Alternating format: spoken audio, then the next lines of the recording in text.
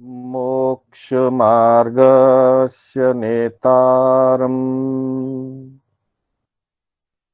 भेतारम् कर्मभूभृताम्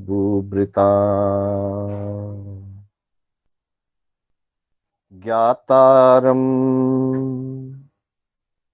विश्वतत्त्वानाम्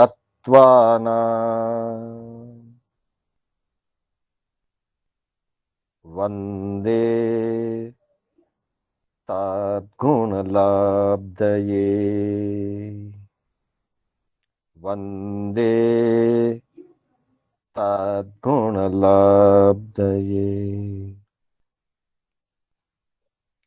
अनंत उपकारी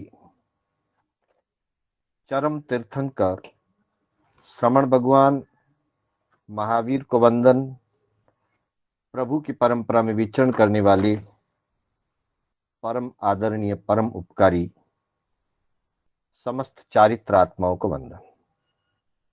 धर्म प्रेमी बंधुओं, सुशील माताओं एवं बहनों, श्री कर्नाटक जैन स्वाध्याय संघ बेंगलोर के तत्वावधान में आयोजित जैन आगम तत्वसार की आज 9वीं कक्षा है। मैं शांतिलाल बोहरा आप सभी का हार्दिक स्वागत एवं अभिनंदन करता हूं। बंधुओं, हमारी कक्षा आगमों के सूत्रों के आधार पर जीवन में धर्म का विकास हो, जीवन निर्मल बने, जीवन में विरक्ति भाव का विकास हो और आत्मा में उज्जवलता का प्रकाश बढ़े, इन्हीं सब पवित्र लक्ष्यों को लेकर के हम कक्षा का आयोजन कर रहे हैं। आज हम जिस विषय की चर्चा करने जा रहे हैं वह बहुत ही प्रचलित विषय है। हमने अनेक बार इन विषयों की जानकारी प्राप्त की है, इनको पढ़ा है, सुना है, चर्चा की है, प्रवचन में सुना है और बार बार इसका अध्ययन भी किया होगा। आज का विषय है 10 प्रकार का श्रमण धर्म।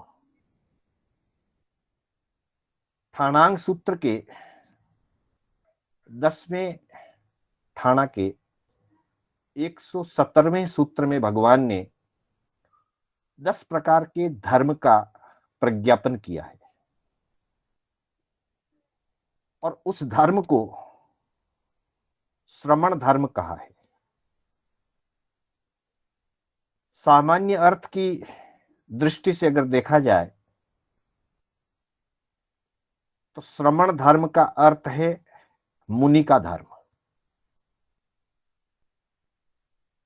जैन मुनि को, जैन साधु को आगम की भाषा में श्रमण कहा जाता है। वैसे मुनि के लिए, जैन संत के लिए और भी अनेक शब्दों का प्रयोग किया जाता है, जिसमें सबसे पहला शब्द है साधु। जब हम नमस्कार सूत्र पढ़ते हैं या उसका स्मरण करते हैं तो वहां 5वें पद में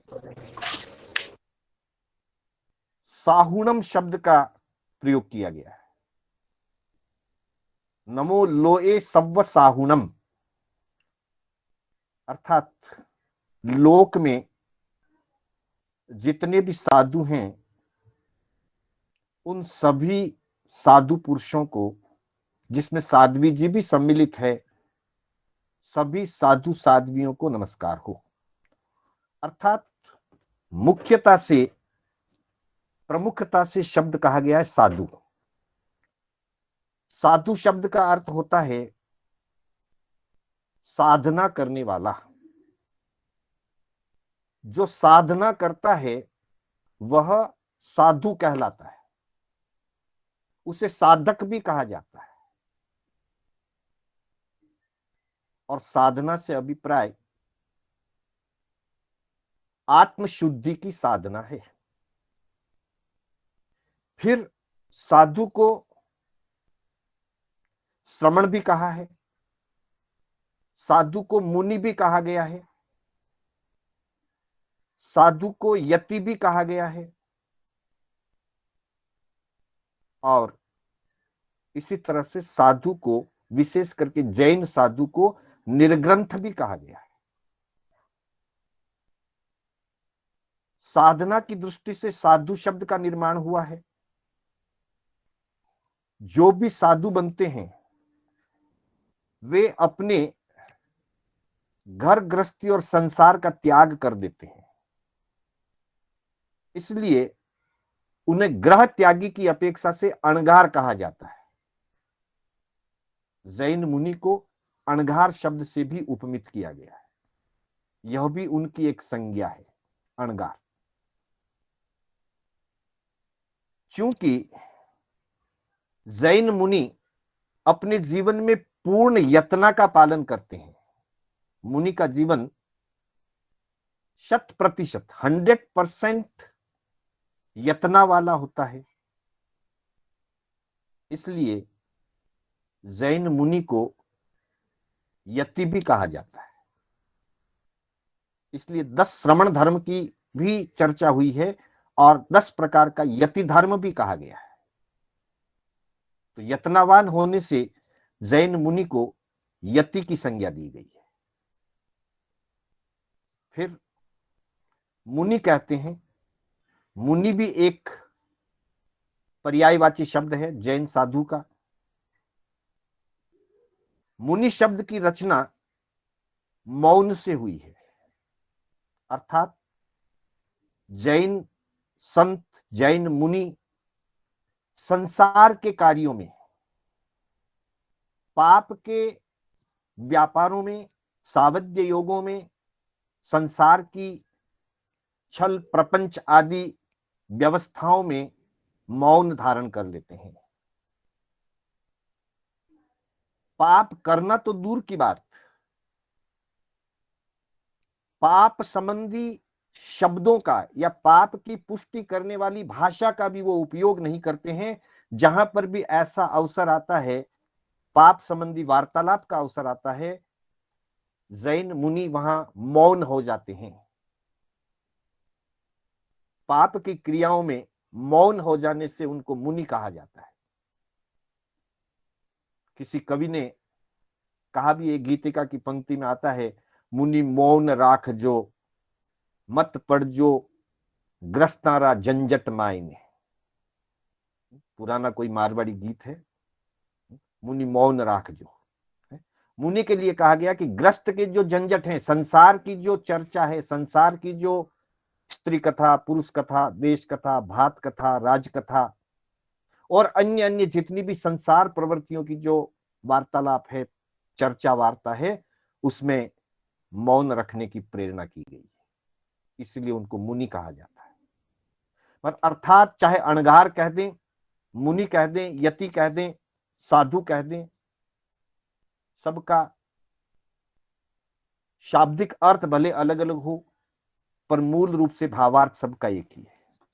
इसी तरह से निर्ग्रंथ भी कहा जाता है, अर्थात जो साधक अपने अंतर मन से राग और द्वेष की ग्रंथियों को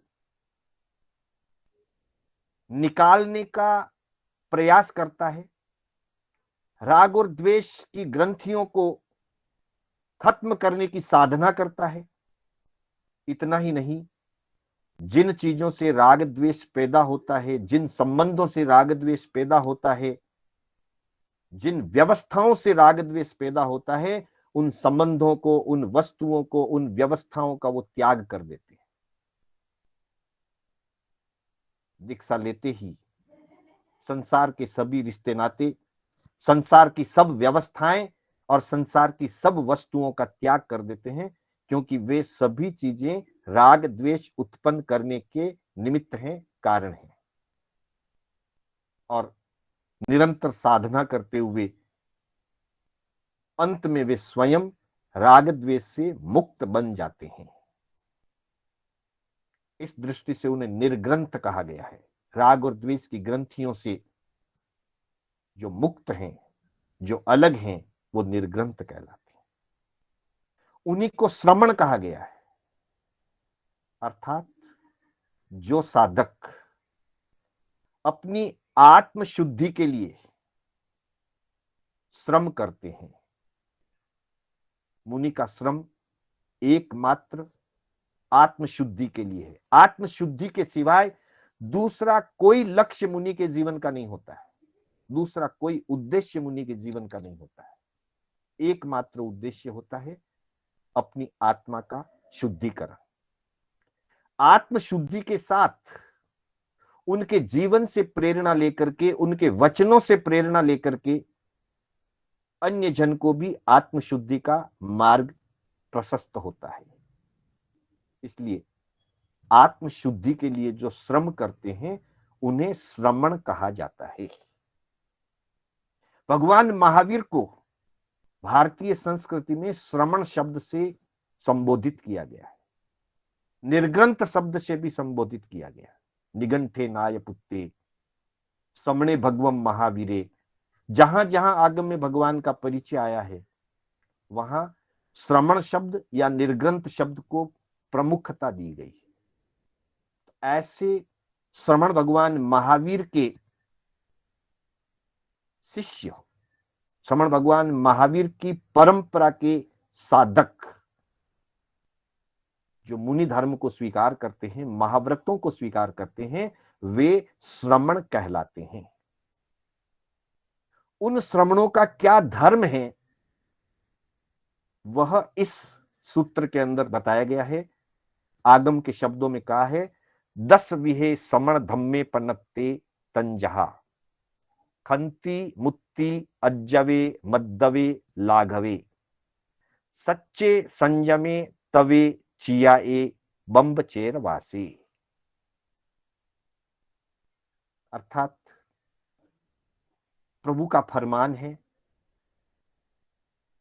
प्रभु का कथन है कि 10 प्रकार का श्रमण धर्म, या जिसको साधु धर्म कह सकते हैं, निर्ग्रंथ धर्म भी कह सकते हैं, 10 प्रकार का श्रमण धर्म कहा गया है। वो इस प्रकार है। सबसे पहला है खंती, जिसको शांति कहते हैं। हाँ, शांति शब्द अलग है और शांति शब्द अलग है। प्राकृत में खंती कहते हैं, हिंदी अर्थ है शांति और भावार्थ है क्षमा। श्रमण का पहला धर्म है क्षमा धर्म। दूसरा है मुक्ति, अर्थात लोभ से मुक्त होना। क्रोध से मुक्त रहना खंती है, लोभ से मुक्त होना मुक्ति है।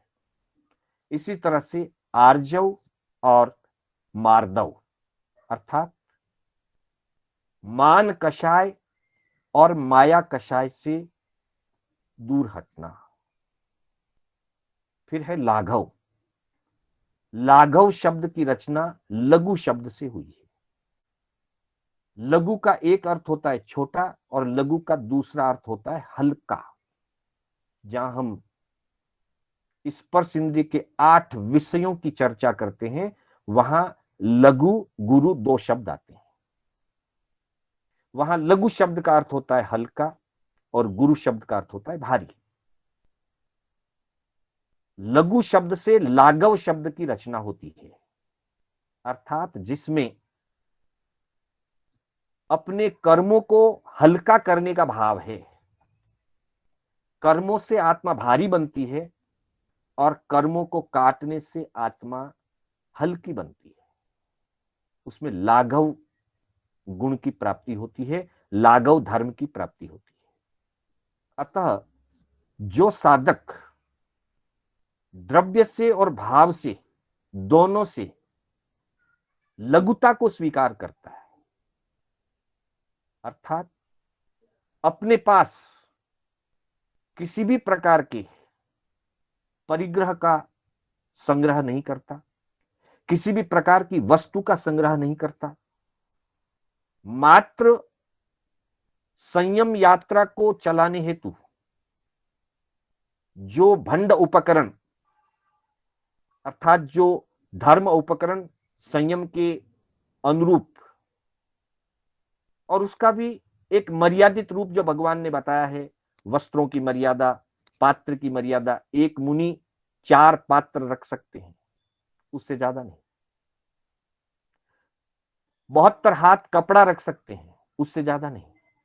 तो इस प्रकार मर्यादा युक्त अति अल्प उपकरण जो परिग्रह रूप नहीं है, आसक्ति रूप नहीं है, मात्र संयम को निर्वाह करने के लिए, संयम यात्रा को चलाने के लिए जो उपयोगी हैं, उनको अनासक्त भाव से अपने साथ रखना होता है। और इतने कम साधन कह दें या उपकरण कह दें, मुनि रखता है कि वो भारभूत नहीं है, जहां भी जाना है चल करके जाना है और अपने भंडोपकरण अपने ही हाथ में या अपने ही कंधे पर लेकर के चलना है। ये द्रव्य से लघुता है, लाघव है, अर्थात बहुत अल्प साधन सामग्री रखना, संयम निर्वाह के जो उपयोगी है और प्रभु ने जो मर्यादा दी है उसके अनुरूप। साथ ही भाव से भी लघुता, अर्थात अपने किसी भी उपलब्धि पर घमंड नहीं करना, अपनी किसी भी प्राप्ति पर अहंकार नहीं करना और बिल्कुल सहज रहना, यह भाव लाघव है। तो छठा धर्म बताया, पांचवा धर्म बताया लाघव अर्थात लघुता। और कहा भी गया है लघुता से प्रभुता मिले, प्रभुता से प्रभु दूर। यहां लघुता का एक अर्थ विनय भाव भी है, लाघव का भाव, लाघव का अर्थ विनय भी है। जो जितना विनय भाव रखता है, जितनी लघुता को धारण करता है, उतना ही वो प्रभुता की तरफ प्राप्त होता है, प्रभु के नजदीक पहुंचता है, अपने आत्म गुणों का विकास करता है। अपनी आत्मा ही प्रभु है, अप्पासो परमप्पा, आत्मा ही परमात्मा है। अर्थात विनय भाव से द्रव्य और भाव रूप से लाघव करके, लघुता को प्राप्त करके प्रभुता को प्राप्त किया जा सकता है। लघुता से प्रभुता मिले, प्रभुता से प्रभु दूर। और जो व्यक्ति अपने आप को बड़ा मान करके चलता है, छोटा नहीं मानता, अपने आप को लघु नहीं गिनता, गुरुता को स्वीकार करता है, जहां गुरुता आती है, लघु से लाघव शब्द बनता है और गुरु से गारव शब्द बनता है। 3 प्रकार के गारव भी बताए गए, वो दोष रूप है, रिद्धि गारव, साता गारव, ऐश्वर्य गारव, ये सब जो गारव बताए गए, अर्थात मन में गुरुता के भाव, अपने आप में बड़प्पन के भाव, मैं बड़ा हूं, मेरी उपलब्धियां बड़ी है, ऐसा सोचने वाला प्रभुता से दूर हो जाता है। लघुता से प्रभुता मिले, प्रभुता से प्रभु दूर। अर्थात अहंकार के कारण भगवत भावना दूर हो जाती है और जो विनीत होता है, विनम्र होता है, उसके भगवत भावना बहुत नजदीक पहुंचती है। और उदाहरण भी दिया उसके लिए कि चिंटी ले शक्कर चली, हाथी के सिर दूर। चिंटी लघु है, बहुत छोटा प्राणी है, लेकिन वो अपने मुख में शक्कर का दाना लेकर के चलती है, मिठास लेकर के चलती है। हाथी विशाल काय प्राणी है, हाथी को मद का प्रतीक भी माना गया है। इसलिए जहां अहंकार था, बाहुबली के मन में एक छोटा सा अहंकार था, तब मां सतियों ने उनको जागृत करने के लिए कहा था, वीरा मारा गज थकी नीचा उतरो, गज चढ़िया केवल ना होई। अर्थात अभिमान के हाथी से नीचे उतरो। अभिमान को हाथी का प्रतीक कहा गया है, हाथी के समान बताया, इसलिए कहा कि चिंटी ले शक्कर चली, हाथी के सिर धूल।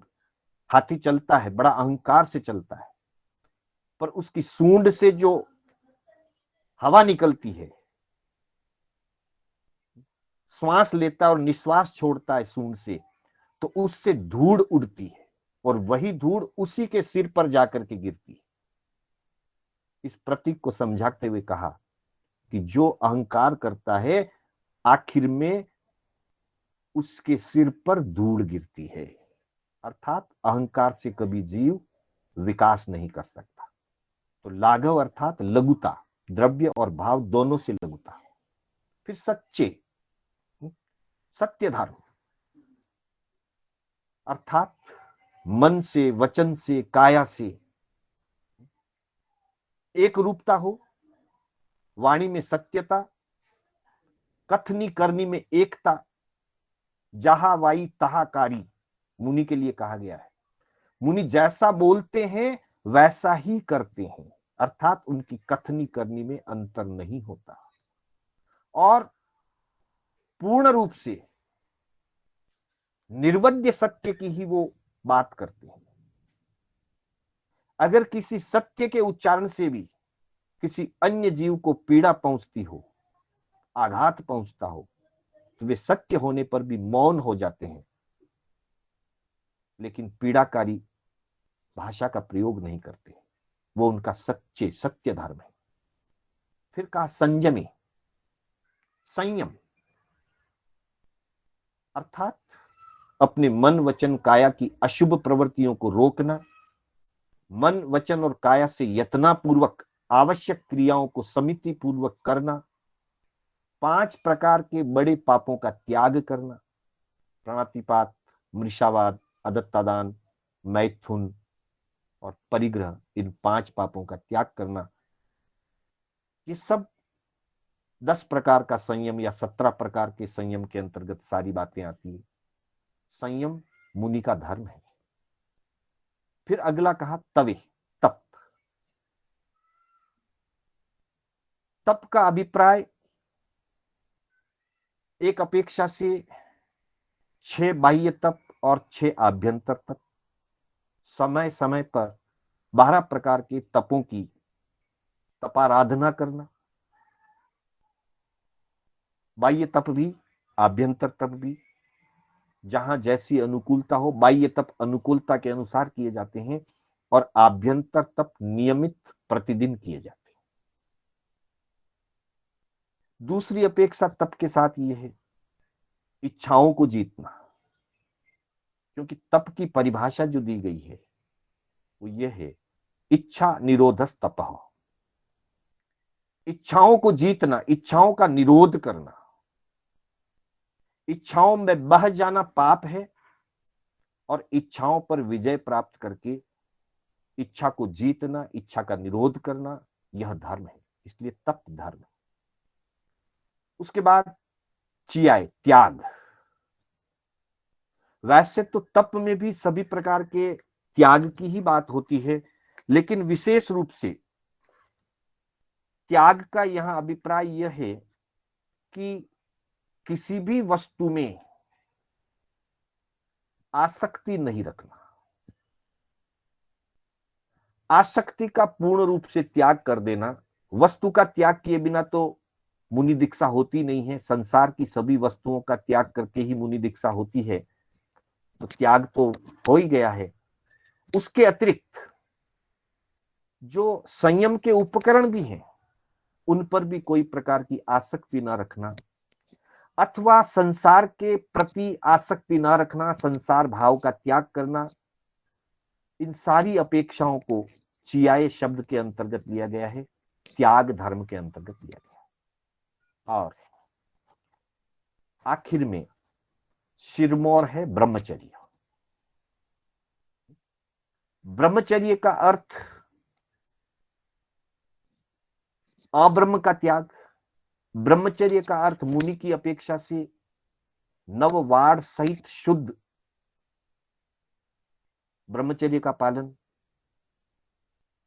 इसके अतिरिक्त ब्रह्म शब्द का अर्थ होता है आत्मा।